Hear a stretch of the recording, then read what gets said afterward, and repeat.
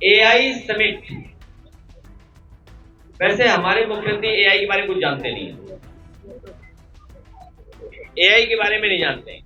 और जब दुनिया के डेलीगेट्स आए हों, दुनिया के बड़े बड़े राष्ट्रपति प्रधानमंत्री आए हों, तो हमें चीन का नकली रोबोट नहीं लाना चाहिए।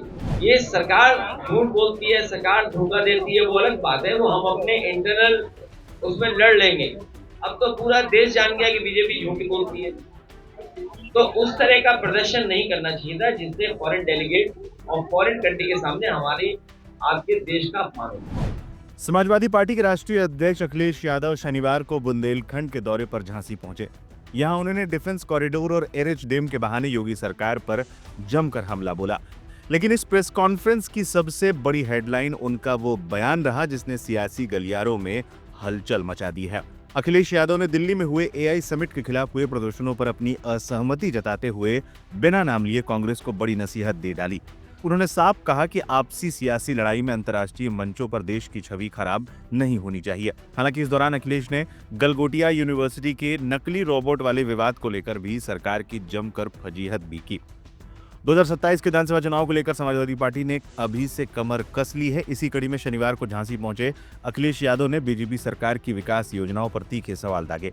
अखिलेश ने बुंदेलखंड के लोगों के दुखती रग पर हाथ रखते हुए डिफेंस कॉरिडोर और एनएच डैम प्रोजेक्ट की जमीनी हकीकत पर सवाल उठाए और आरोप लगाया कि सरकार सिर्फ कागजों पर विकास दिखा रही है, जबकि जमीन पर बुंदेलखंड की जनता आज भी ठगा सा महसूस कर रही है। लेकिन अखिलेश के तेवर तब सबसे ज्यादा चर्चा में आए जब उन्होंने राष्ट्रीय राजनीति और विदेशी मंचों का जिक्र किया। हाल ही में दिल्ली के भारत मंडपम में ग्लोबल एआई समिट का आयोजन हुआ था, जिसके खिलाफ कुछ विपक्षी दलों खासकर कांग्रेस ने विरोध प्रदर्शन किया था। अखिलेश ने इस पर बेहद सधा हुआ और परिपक्व बयान दिया। उन्होंने बिना किसी दल का नाम लिए हुए कहा, सरकार झूठ बोलती है या धोखा देती है, ये हमारा आपसी झगड़ा है, हम इसके लिए देश के भीतर लड़ लेंगे। लेकिन अंतर्राष्ट्रीय स्तर पर दुनिया भर के मेहमानों के सामने हमें ऐसा कोई संदेश नहीं देना चाहिए जिससे पूरी दुनिया में हमारे देश का अपमान हो। देश के सम्मान की बात करते करते अखिलेश यादव ने एआई समिट में हुई भारी फजीहत पर भी सरकार को आड़े हाथों लिया, जिसने सोशल मीडिया पर भूचाल ला दिया है। अखिलेश ने गलगोटिया यूनिवर्सिटी के फर्जी इनोवेशन वाले मामले का सीधा जिक्र किया। उन्होंने तंज कसते हुए कहा, जब दुनिया भर से इतने बड़े बड़े लोग और डेलीगेट्स भारत आए थे, तब चीन से एक नकली रोबोट मंगाकर उसे अपना बताकर पेश नहीं करना चाहिए था। अखिलेश ने इसे सरकार की सरासर गलती बताया और कहा कि बिना जांच पड़ताल के ऐसे फर्जी दावों को मंच देने से देश को वैश्विक स्तर पर भारी अपमान का घूंट पीना पड़ा है। इसके अलावा वरिष्ठ अधिवक्ता और राज्यसभा सांसद कपिल सिब्बल ने भी एआई समिट और गलगोटिया कांड पर खूब मजे लिए। वैसे हमारे मुख्यमंत्री एआई के बारे में कुछ जानते नहीं है, एआई के बारे में नहीं जानते हैं। और जब दुनिया के डेलीगेट्स आए हों, दुनिया के बड़े बड़े राष्ट्रपति प्रधानमंत्री आए हों, तो हमें चीन का नकली रोबोट नहीं लाना चाहिए। आखिरकार ये गलती सरकार की हुई है, इतना अपमानित होना पड़ा। अभी कार्टून मैंने एक देखा जिसमें ये रोबोट है जो वो हमारे मेक इन इंडिया के शेर को दौड़ा रहा है। बताइए, चीन का दिखाना पड़ा इन्हें। और उसके बाद जो और हंगामा हुआ है, इसके पक्ष में मैं नहीं हूं। ये सरकार झूठ बोलती है, सरकार धोखा देती है, वो अलग बात है, वो हम अपने इंटरनल उसमें लड़ लेंगे।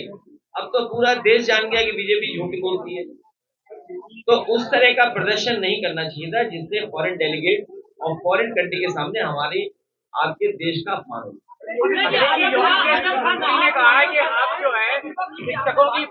आपको मालूम है कि अंग्रेजी में बोलते हैं हरक्यूलियन ब्लंडर,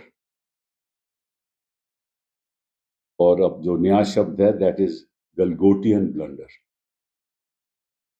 मतलब के गलगोटियन thunder leading to गलगोटियन blunder.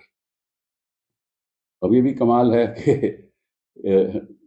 Galgotia के स्टॉल में रोबोडॉग दिखाया गया। और सबसे हैरानगी की ये बात है कि हमारे जो आईटी मिनिस्टर साहब हैं अश्विनी वैष्णव जी, उन्होंने वही रोबोडॉग को ट्वीट में दिखाया कि देखिए हमारी कितनी उपलब्धि है। और फिर जब पता चला कि वो तो चीन का बनाया हुआ रोबोटिक डॉग है, तो तुरंत उन्होंने डिलीट कर दिया।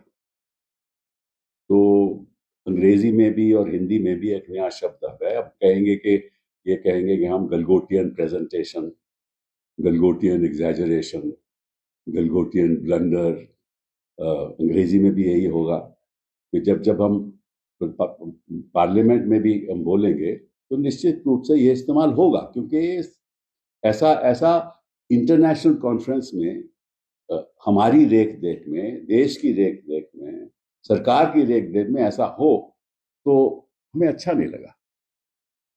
इसका मतलब इन्होंने इतना भी नहीं ख्याल किया कि जो इनके स्टॉल्स हैं, जो अपने प्रोडक्ट्स दिखा रहे हैं, पहले उनकी जांच की जाए, निगरानी की जाए, पता किया जाए कि वाकई में वो सही है या गलत। तो ये तो सरकार की लापरवाही थी।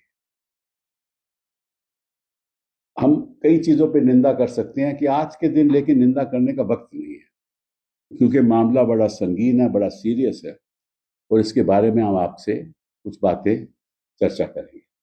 देखिए, पहली बात तो ये है कि